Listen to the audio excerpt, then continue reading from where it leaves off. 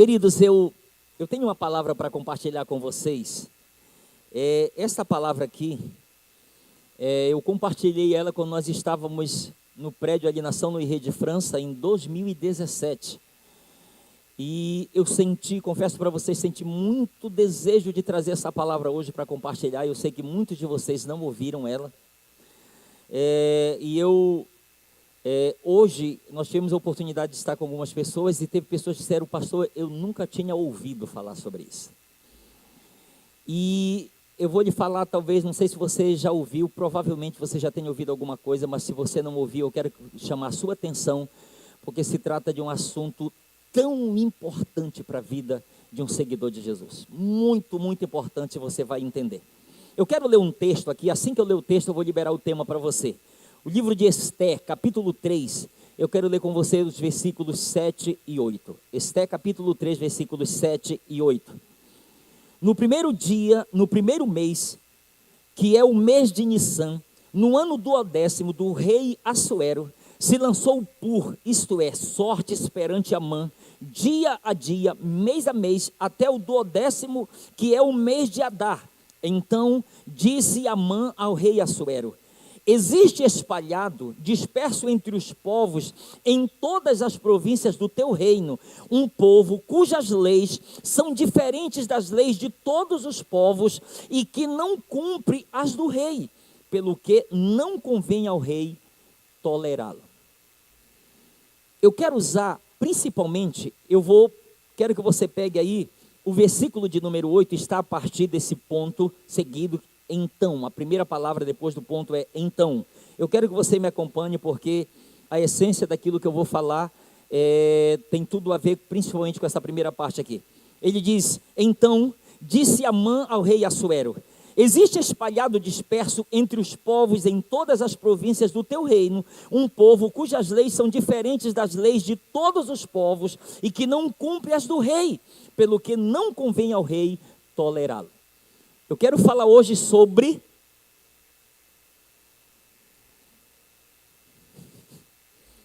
os 5 solas da reforma.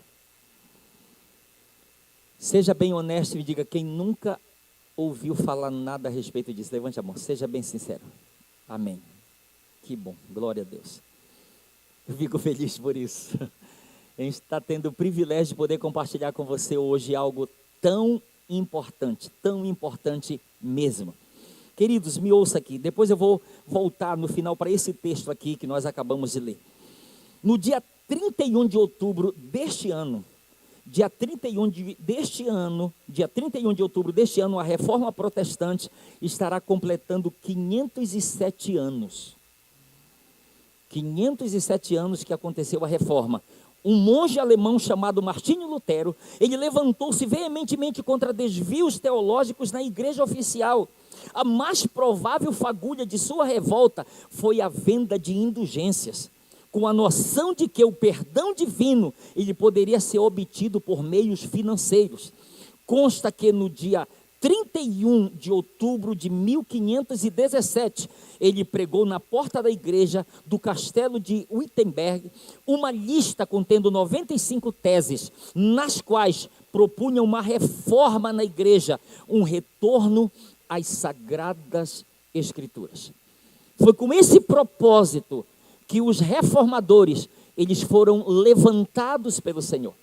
Eles foram levantados com o propósito de trazer a igreja de volta às escrituras sagradas, para que a igreja pudesse voltar a andar, assim como foi lá no início, como diz a Bíblia, como está em Atos capítulo 2, versículo 42, e perseveravam na doutrina dos apóstolos. Foi assim que a igreja começou. A igreja começou debaixo de muito ensino, debaixo da palavra, e este movimento dos reformadores, ele se levantou, foi um movimento levantado para que a igreja pudesse voltar às escrituras sagradas. Como podemos resumir sua posição? Nós podemos, resumir a posição dele em 5 expressões conhecidas como 5 solas. Sola é uma expressão em latim que significa somente. Diga, somente. Diga mais forte, somente. Então preste atenção, todas as vezes que eu usar essa palavra sola, você vai entender que eu estou dizendo somente, ok? É em latim sola, mas traduzindo significa português, ok? Então eu quero que você fique atento para isso. Por que isso é muito importante? Escute, as 5 solas, nós podemos dizer que é um legado da reforma para nós. É um legado de Deus que veio por intermédio da reforma para a igreja de Jesus do século 21, para os seguidores de Jesus. Nós podemos dizer que esses solas são pilares fundamentais, são princípios que não devem ser negociados por nenhum seguidor de Jesus. Todos os seguidores de Jesus têm que entender que isso é um grande legado que foi transferido. Imagine algo que foi perdido na história, mas que Deus levantou pessoas que tiveram plena revelação das Escrituras e passaram a ensinar as Escrituras sagradas, e sendo instrumentos para trazer a igreja de volta para a palavra, para trazer a igreja de volta para as Escrituras sagradas, ok? Então eu quero começar com você falando sobre os 5 pilares da reforma, ou os 5 solas. Primeiro é o sola scriptura, ou seja, somente as Escrituras. E eu quero usar como base primeiro 2 Timóteo capítulo 3, versículos 16 e 17. Olha o que está escrito. Paulo diz: toda a Escritura é inspirada por Deus e útil para o ensino, para a repreensão, para a correção, para a educação na justiça, a fim de que o homem de Deus seja perfeito e perfeitamente habilitado para toda boa obra. Então, com isso que Paulo está nos passando, qual é a ideia? Que somente as Escrituras, pois nela está contida tudo que Deus tinha a revelar a nós. Diferentemente do que era ensinado pela igreja, que ensinava sobre uma revelação continuada. Preste atenção nisso aqui, que é muito sério.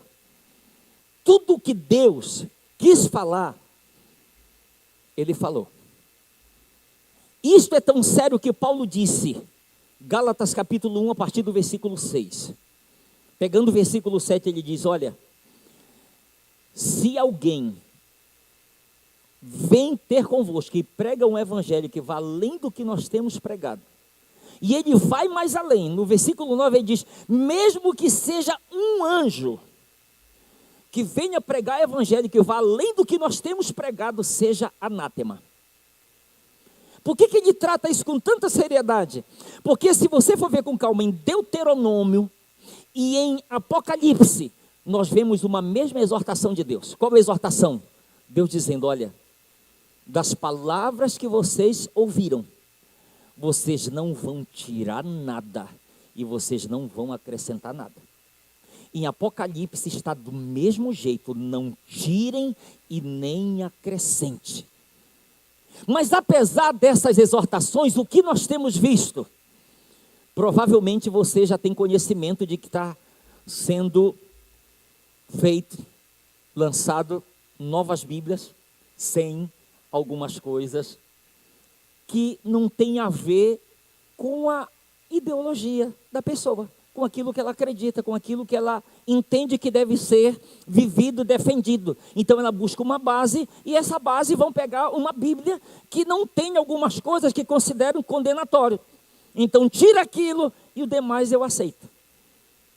Então isso se trata de uma revelação continuada. Escute isso aqui que eu quero lhe falar. Então, se for uma revelação continuada, não é Bíblia, mas é a tradição. Se for uma revelação continuada, não é Bíblia, mas são os dogmas. Se for uma revelação continuada, não é Bíblia, mas as decisões dos concílios. Se for uma revelação continuada, não é Bíblia, mas os pensamentos de grandes teólogos. Entende? Porque se Deus quisesse continuidade na revelação, não teria tido um ponto final ali. Deus não teria estabelecido um início e um fim da revelação dada por Ele para homens comuns, mas que estavam sob uma influência completa da pessoa do Espírito Santo. Posso ouvir um amém da sua parte? Então somente a Escritura Sagrada revela a pessoa e a vontade de Deus para nós, seres humanos. Por intermédio do conhecimento das Escrituras, o homem pode ser salvo e habilitado para toda boa obra, como o apóstolo Paulo nos ensina, queridos. Agora, preste atenção aqui. Aqui para mim está... Eu vou falar algo aqui que o Martinho Lutero disse. Olha o que o Martinho Lutero disse. Martinho Lutero disse o seguinte: qualquer ensinamento que não se enquadre nas escrituras sagradas deve ser rejeitado, mesmo que faça chover milagres todos os dias. Pastor, mas está acontecendo maravilhas ali. Eu fico com a palavra. Você entende o que ele está dizendo? Eu fico com as escrituras. Aí que entra a importância de guardar a palavra no coração. Aí que entra a importância de nós atentarmos para que Paulo diz: habite ricamente em vós a palavra de Cristo. Não cesse de falar deste livro da lei, antes medita nele dia e noite, para que tenhas cuidado de fazer segundo a tudo quanto nele está escrito. Aí que entra a parte de nós conhecermos as escrituras, porque ela vai nos servir como uma peneira. Vai atender o conselho de Paulo: examinai todas as coisas, retende o que é bom. Eu já falei isso aqui, provavelmente vocês já me ouviram falar. Eu posso ir na feira, eu posso ir no supermercado, apressado como for. A minha esposa diz: meu bem, compra banana, compra maçã, compra tomate. Você pode estar lá com uma câmera lá em cima de mim, você não vai me ver fazendo desse jeito. Não vai me ver, não. Eu posso estar apressado, mas é um apressado assim, ó. É desse jeito. Por quê? Se eu não fizer isso, quem é que vai sofrer o dano? Sou eu. E ela também. Nós vamos sofrer o dano, você entende? Porque nós não examinamos e acabamos pegando coisas boas e coisas estragadas. E é isso que acontece, querido, quando nós não conhecemos. Eu estava até falando de manhã, depois eu disse: meu Deus, será que eu falei correto? Que eu disse: escute, não creia em tudo que eu falo aqui em cima. Creia em tudo que eu falo de acordo com a palavra. Não é porque eu sou pastor, mas é o pastor Elcio, ele já tem 11 anos aqui. Igual uma vez eu ouvi um pastor, lá numa conferência: eu tenho 40 anos de ministério, agora eu já posso subir no púlpito e falar tudo o que eu quiser. Quem mandou? Né? Meu Deus do céu. Entende? Não existe isso, não existe isso. Em síntese, a Escritura Sagrada deve ser a única regra de fé e prática de todo seguidor de Jesus, queridos. Amém? Deve ser a única regra de fé e prática. Existem livros maravilhosos, mas não é o livro e a Bíblia. É a Bíblia acima de tudo. Entende? Porque tem gente: é o livro do fulano mais a Bíblia. Se no livro do fulano falar tal coisa, eu concordo com a Bíblia, se tiver de acordo. Mas se tiver aqui e não tiver na Bíblia, eu fico com esse aqui. É triste, mas isso infelizmente tem sido uma realidade. Somente as Escrituras têm a autoridade doutrinária. Amém? Vou repetir: somente as Escrituras têm autoridade doutrinária. Então, meu conselho para fechar esse primeiro pilar é: devemos permanecer nas Escrituras. Devemos continuar nas Escrituras e naquilo que ela afirma. Amém? Segundo pilar, solos Christus, ou seja, somente Cristo. 1 Timóteo capítulo 2, versículos 5 e 6. Porquanto há um só Deus e um só mediador entre Deus e os homens, Cristo Jesus homem, o qual a si mesmo se deu em resgate por todos, testemunho que se deve prestar em tempos oportunos. Há um somente mediador, somente Cristo, por causa dos muitos mediadores que eram apresentados pela igreja. Isso teve que ser uma coisa batida de acordo com a palavra, porque somente Cristo, porque muitos outros estavam aparecendo como mediadores. E queridos, ontem eu tive o privilégio de estar junto com alguns irmãos na igreja, na IBNA. Nós estávamos ministrando lá, e um dos pontos que eu ministrei é aquilo que os apóstolos, principalmente Mateus, ele fala, o que ele disse: quando Cristo morreu, ele entregou o Espírito, está escrito que o véu do santuário se rasgou de alto a baixo. Aí você pode dizer, ok, pastor, rasgou, o que isso tem a ver? Está se tratando de um véu que tinha 18 metros de altura e 9 centímetros de espessura. Então, humanamente falando, um homem não podia fazer aquilo. Por que fala que foi de cima para baixo? Porque foi uma coisa divina. Por que Deus fez aquilo? Porque antes existia mediador entre o homem e Deus. Deus diz, eu estou rasgando, porque agora é você que vai comparecer diante de mim.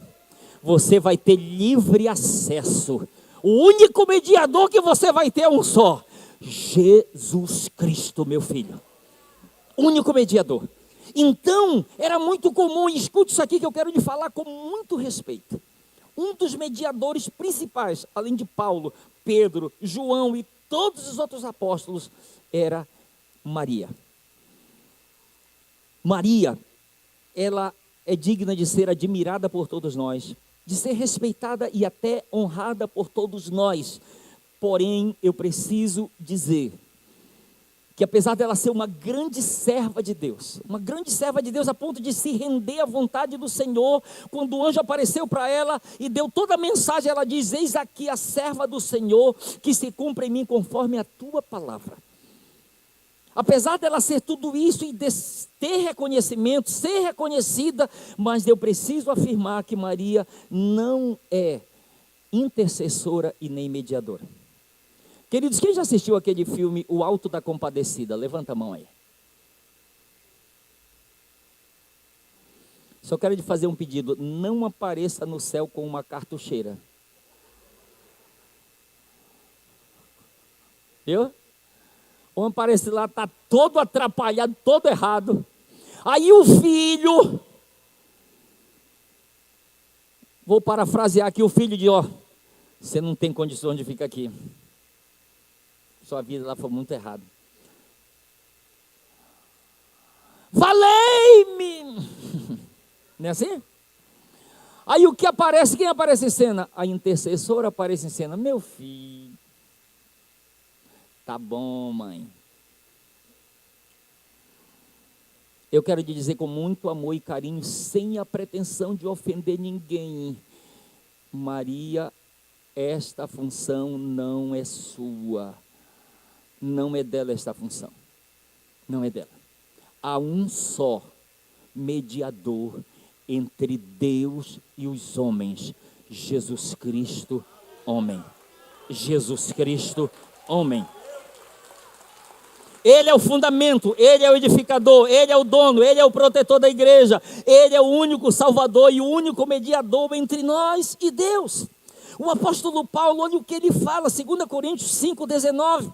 Paulo diz, saber que Deus estava em Cristo, reconciliando consigo o mundo, não imputando aos homens as suas transgressões, e nos confiou a palavra da reconciliação. Imagina Deus através de Cristo reconciliando. Quem já teve a oportunidade de ir nessa sala aqui do Espaço Conexão, já viu um gráfico que nós temos. E naquele gráfico que mostra, você vai ver, mostra Deus lá em cima, homem pecador aqui embaixo. E um grande espaço, e você vai ver várias setas. Uma seta está boas obras, justiça própria, religiosidade. Mas você vai ver que aquelas setas, elas são limitadas. Elas não conseguem chegar até o céu. Por quê, pastor? Porque o pecado limita o nosso acesso. Há um grande abismo que nos separa. Entre nós e Deus existe esse abismo. Então, o homem tentou chegar das melhores formas possíveis, não conseguiu. O homem não conseguiu chegar ao céu, então Deus diz, eu vou à terra. Ele vem à terra na pessoa do seu Filho Jesus Cristo. E aquilo que era impossível, o homem não conseguia ligar a terra com o céu, Deus ligou o céu com a terra. E a cruz de Cristo se tornou esse acesso, esse livre acesso para nós alcançarmos o céu. E isso é tão verdadeiro que Pedro diz em Atos 2, versículo Atos 4, versículo 12, Paulo diz: e não há salvação em nenhum outro, porque abaixo do céu não existe nenhum outro nome dado entre os homens pelo qual importa que sejamos salvos. O próprio Jesus disse, João 14,6, respondeu-lhe Jesus: eu sou o caminho e a verdade e a vida, ninguém vem ao Pai se não for por mim.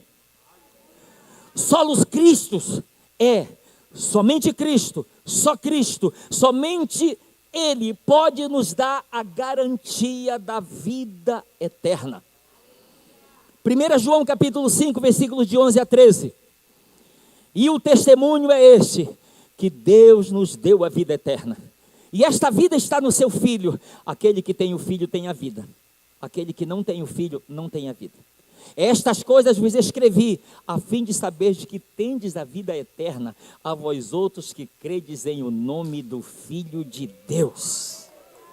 Somente Cristo é o mediador entre Deus e os homens. Terceiro pilar, sola gratia, somente a graça.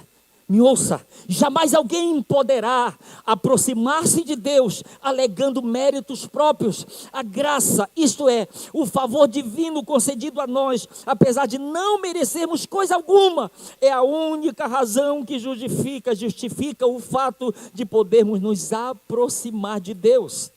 Porque, pastor, Romanos 3, 23 está escrito: pois todos pecaram e carecem da glória de Deus.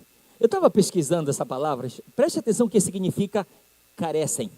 Carecem é a palavra ustério no grego, e diz, quando diz carecem, diz atrás, vir mais tarde ou com bastante atraso, ser deixado para trás na corrida e falhar em alcançar o objetivo, falhar em tornar-se um participante. O pecado nos impediu de nos tornarmos participante da glória divina. Então, quando diz todos pecaram, ninguém conseguiu alcançar o alvo. Ninguém conseguiu. E em Romanos 6, 23, porque o salário do pecado é mas o dom gratuito de Deus é a vida eterna em Cristo Jesus, nosso Senhor. Em Cristo Jesus nosso Senhor.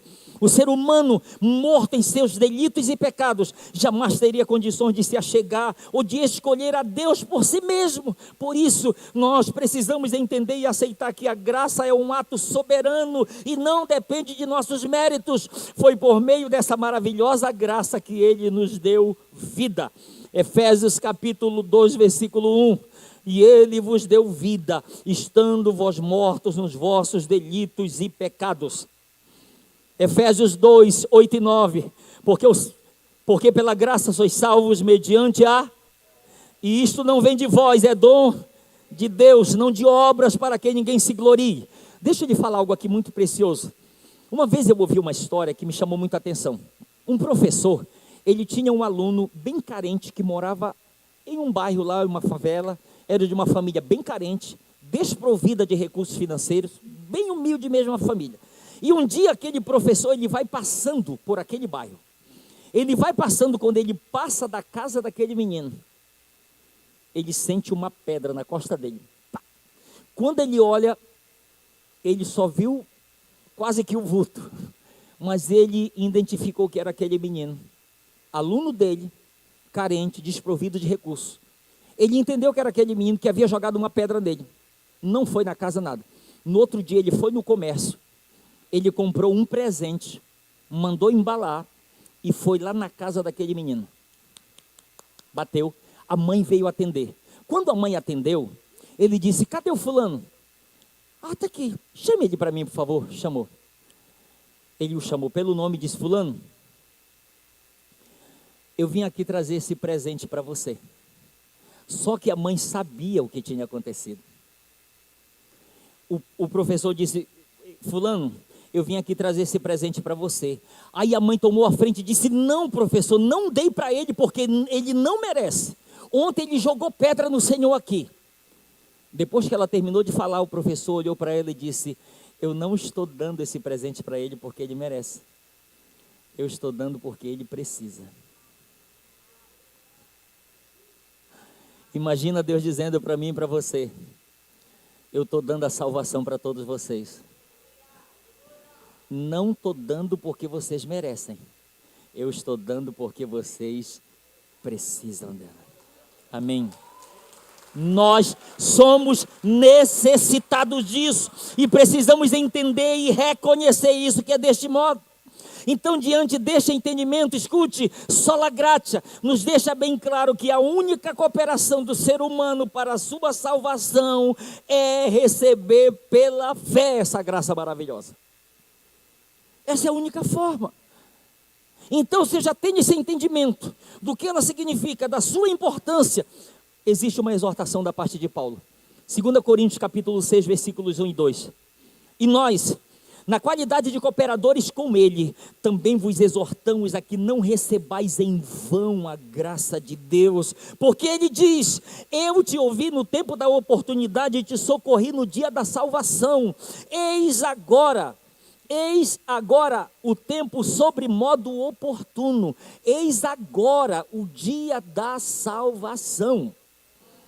O que ele está dizendo? Você já entende o que é graça, a sua importância, que é um favor que nós não merecíamos alcançar. Diz: não receba isso em vão. Não receba como uma coisa qualquer, como uma coisa comum, porque ela não é. Nós não merecíamos, mas Deus a si mesmo nos alcançou com ela.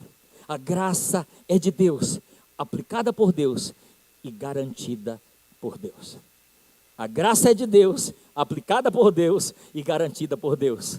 E eu concluo esse pilar dizendo que somente a graça divina nos concede a imerecida salvação. Quarto pilar, sola fide, somente a fé. Romanos 3, 28 a 30. Concluímos, pois, que o homem é justificado pela fé, independente das obras da lei, e é porventura Deus somente dos judeus? Não é também dos gentios? Sim, também dos gentios, visto que Deus é um só, o qual justificará por fé o circunciso e mediante a fé o incircunciso. Não existe outros meios, não existe outros atalhos. Você sabia que é verdade que todo caminho leva a Deus? Pastor, peraí, você está falando heresia agora. Você acabou de dizer que não existe outros meios e você está dizendo que todo caminho leva a Deus. Sim, vou reafirmar, todo caminho leva a Deus. De alguma forma, todo mundo vai chegar diante dele. Porém, se for para ser salvo, só existe uma forma: graça mediante a fé. Você entende? De alguma forma, todo mundo irá comparecer diante de Deus. Mas não vai ser como cada um está imaginando que a coisa vai acontecer. Entende? Então nós precisamos entender e receber isso. Gálatas 2,16. Sabendo, contudo, que o homem não é justificado por obras da lei, e sim mediante a fé em Cristo Jesus, também temos crido em Cristo Jesus, para que fôssemos justificados pela fé em Cristo, e não por obras da lei, pois por obras da lei ninguém será justificado, ninguém será aceito, ninguém será perdoado por suas próprias obras. Queridos, isso aqui, você sabe que isso aqui às vezes é fácil, mas às vezes é tão difícil às vezes de entender. Por quê? Porque nós aprendemos que a gente tem que fazer por merecer. Eu aprendi isso em casa, eu aprendi isso na escola, eu aprendi no trabalho, e daí por diante aprendi com os meus pais, com meus antepassados. Eu aprendi que eu tenho que fazer por merecer. Você sabe o que é isso? É lei. Uma definição simples: o que é lei? Mérito é algo que você alcança merecidamente. Ou seja, lei é o favor merecido. Graça é o favor imerecido. E às vezes é difícil entender, igual como o jovem rico. O jovem rico chega diante do Senhor e pergunta: bom mestre, o que eu devo fazer de bom para herdar a vida eterna? Com quem ele aprendeu isso? Porque parece que é mais fácil a gente dizer: olha, você tem que fazer isso, aí você tem um lugar garantido. Mas quando diz, creia somente, isso é pouco demais. É pouco demais porque não sabe o que foi pago lá atrás. Não sabe o sacrifício que foi feito lá atrás. É por isso que chegou hoje de graça para a gente, queridos. Porque um alto preço foi pago lá atrás por Jesus Cristo. Essa é uma das maiores revelações bíblicas, qual? A justificação pela fé em Cristo Jesus. E é o ser humano entender que a graça divina manifestada através da pessoa de Jesus Cristo ao mundo é o suficiente para que o homem seja aceito, perdoado e considerado sem culpa diante de Deus. Essa justificação e aceitação, ela não depende de nossas obras, mas somente de nossa fé. As obras podem ser boas evidências da nossa nova vida em Cristo, mas todas as boas obras, imagine isso aqui, todas as boas obras praticadas por todos os seres humanos de todo o mundo, seriam insuficientes para a reconciliação com Deus. Seria insuficiente. Deixa eu lhe falar uma coisa aqui, preste atenção para você entender. Boas obras não salvam ninguém. Porém, todo salvo pratica boas obras. Vou repetir. Boas obras não salvam ninguém. Mas todo salvo pratica boas obras. Por quê, pastor? Porque é uma evidência de que a sua fé ela é genuína e verdadeira na pessoa de Cristo Jesus. Porque, pare para você pensar. Poxa, antes eu fazia boas obras porque eu queria ser salvo. Aí eu descobri que é pela fé, aí eu cruzo os braços. Que coisa feia. Você já pensou? Não. Agora que você descobriu que não deve fazer para ser salvo, faça porque você já é salvo. Amém, queridos? Faça para ser uma evidência daquilo que você já é em Cristo. Quem está me acompanhando está entendendo o que eu estou falando? Entende? É uma forma da gente manifestar aquilo que de fato nós somos em Cristo, queridos. Romanos 1,17, visto que a justiça de Deus se revela no Evangelho de fé em fé, como está escrito, o justo viverá por... E eu tenho um texto aqui adicional. Romanos capítulo 5, versículos 1 e 2, justificado pois mediante a fé temos paz com Deus, por intermédio de nosso Senhor Jesus Cristo, por intermédio de quem obtivemos igualmente acesso pela fé a esta graça na qual estamos firmes e gloriemo-nos na esperança da glória de Deus. A nossa justificação vem somente por meio da nossa fé, independente das nossas obras. E o último, soli Deo glória. Glória somente a Deus. Glória somente a Deus. Mesmo as pessoas mais merecedoras dos nossos elogios e respeito não são dignas de glória. Guarde isso. Vou repetir, mesmo as pessoas mais merecedoras de nossos elogios e respeito não são dignas de glória. Qualquer glória dada ao homem é idolatria, é glória vazia, é vanglória. Somos todos apenas criaturas e servos do Altíssimo Deus. Toda a obra da salvação, desde o sacrifício da cruz, do Calvário, até a fé colocada em nossos corações, por ação do Espírito Santo, é obra exclusiva de Deus, queridos. Isto é tão sério isso aqui. Romanos capítulo 11, versículo 36, Paulo diz, porque dele, e por meio dele, e para ele são todas as coisas. A ele, pois, a glória eternamente. Amém. Escute, Deus não reparte a sua glória com ninguém. Deus diz, a minha glória eu não vou dar a homem e nem a imagem de escultura. Você sabe o que eu estava falando aqui comigo, falando hoje de manhã? Escute só isso aqui. Por que Deus não dá glória para homem? Imagina Deus olhando, eu não vou te dar glória que me pertence, porque tu és criatura, eu sou o Criador. E Senhor, por que tu não dá a tua glória para a imagem de escultura? Porque ela é criatura da criatura. Pegou isso aí? O Criador diz, eu não dou a minha glória para a minha criatura, e nem para a criatura dela, porque foi o homem que fez a imagem. Eu não dou a minha glória para homem nenhum e nem para imagem de escultura. Então, o que ele está dizendo? Pare para você pensar. Um dia Satanás ele quis isso. Um dia ele disse: olha, eu vou subir nas mais altas nuvens, alturas, e eu vou colocar o meu trono acima do trono do Altíssimo e serei semelhante a ele. Não tem como. A criatura, ela nunca vai ser semelhante ao seu Criador. Nunca. Não existe isso. Não existe isso. Então nós precisamos pegar ter esse entendimento. Soli Deo Gloria é glória somente e unicamente a Deus. Herodes um dia ele quis receber glória. Atos capítulo 12. O que aconteceu? Fizeram uma grande assembleia e Herodes estava lá sentado no seu trono com vestes reais. E ele se levanta e ele começa a fazer um belo discurso diante de todos. Quando ele termina o discurso, pode ler lá com calma depois. Quando ele termina o discurso, o povo começa a dizer: isto não é voz de um homem, isto é voz de um Deus. Aí imagina, um homem recebe para si e começa a tufar. Sabe o que está escrito? Naquela mesma hora, um anjo do Senhor o feriu. Ele morreu ali mesmo e foi comido por vermes diante de todo mundo.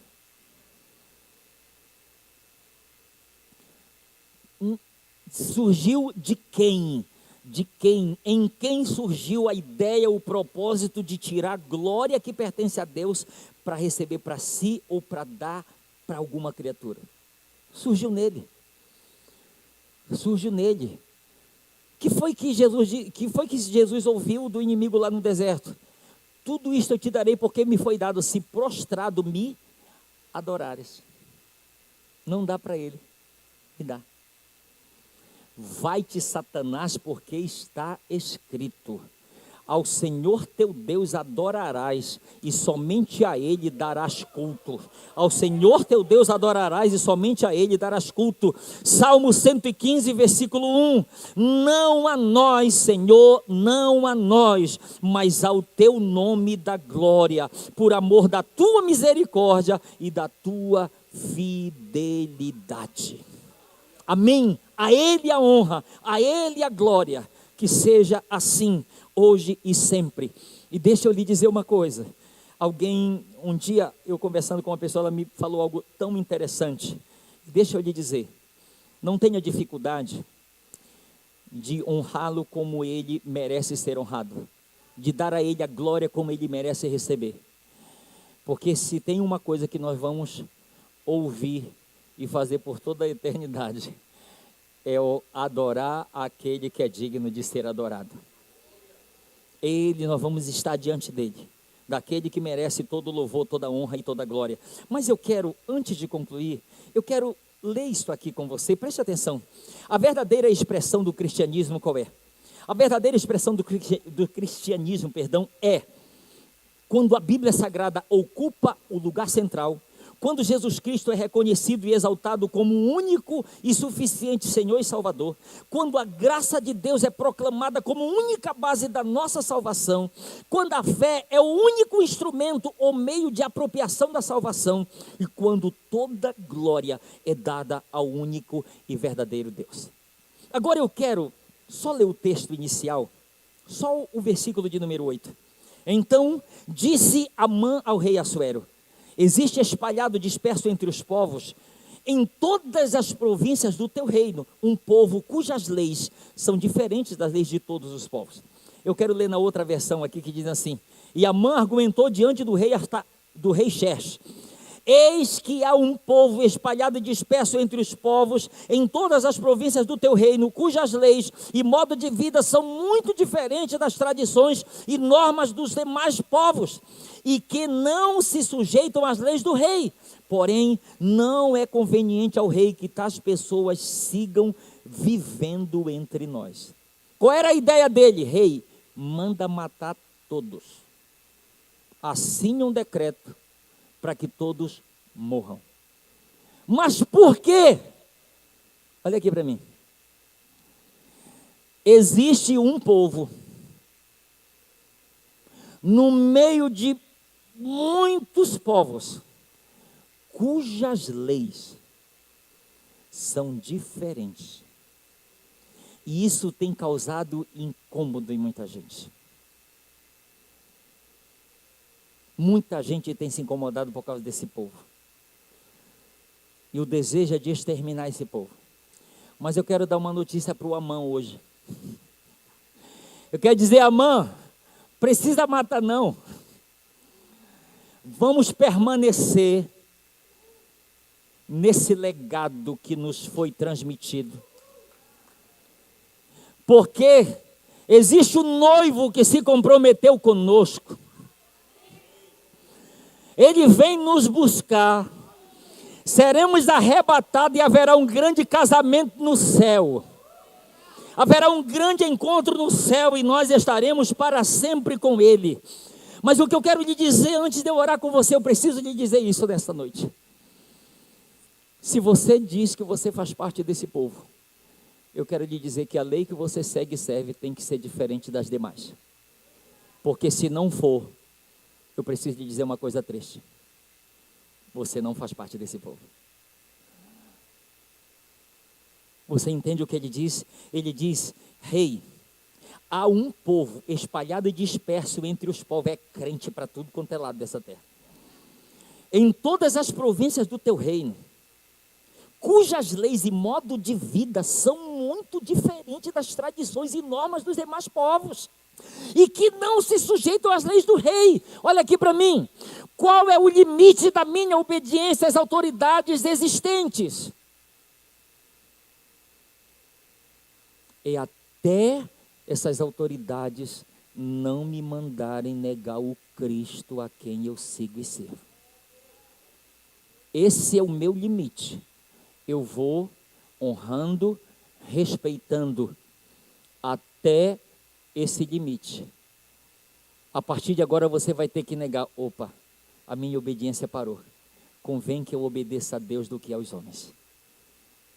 Quem está me entendendo aí, gente? Eu quero lhe pedir, fique de pé neste momento, por favor. Fique de pé. O que eu quero fazer com você nesta noite aqui? Eu quero neste momento que você entenda uma coisa. Nós somos chamados pelo Espírito Santo para uma reforma pessoal. Para uma reforma que vai nos levar a viver um evangelho puro, totalmente baseado nas Escrituras, para nos apropriarmos da salvação que nos é concedida por sua graça, mediante a nossa fé na pessoa única de Jesus, e que o único objeto da nossa adoração deve ser sempre o Deus a quem nós servimos. Quais são os pilares? O que deve servir de pilar para mim e para a sua vida, de alicerce, de base, de princípios que devem ser inegociáveis? Somente as Escrituras, somente Cristo, somente a graça, somente a fé, e a Deus a glória, hoje e sempre. Que isso possa servir de pilar para a nossa vida cristã, independente de quanto tempo demorar para Cristo voltar, independente daquilo que a gente ainda tenha que enfrentar aqui, nossas vidas estejam bem alicerçadas, bem firmadas no Senhor, na sua palavra, na sua graça. Que a nossa fé nas Escrituras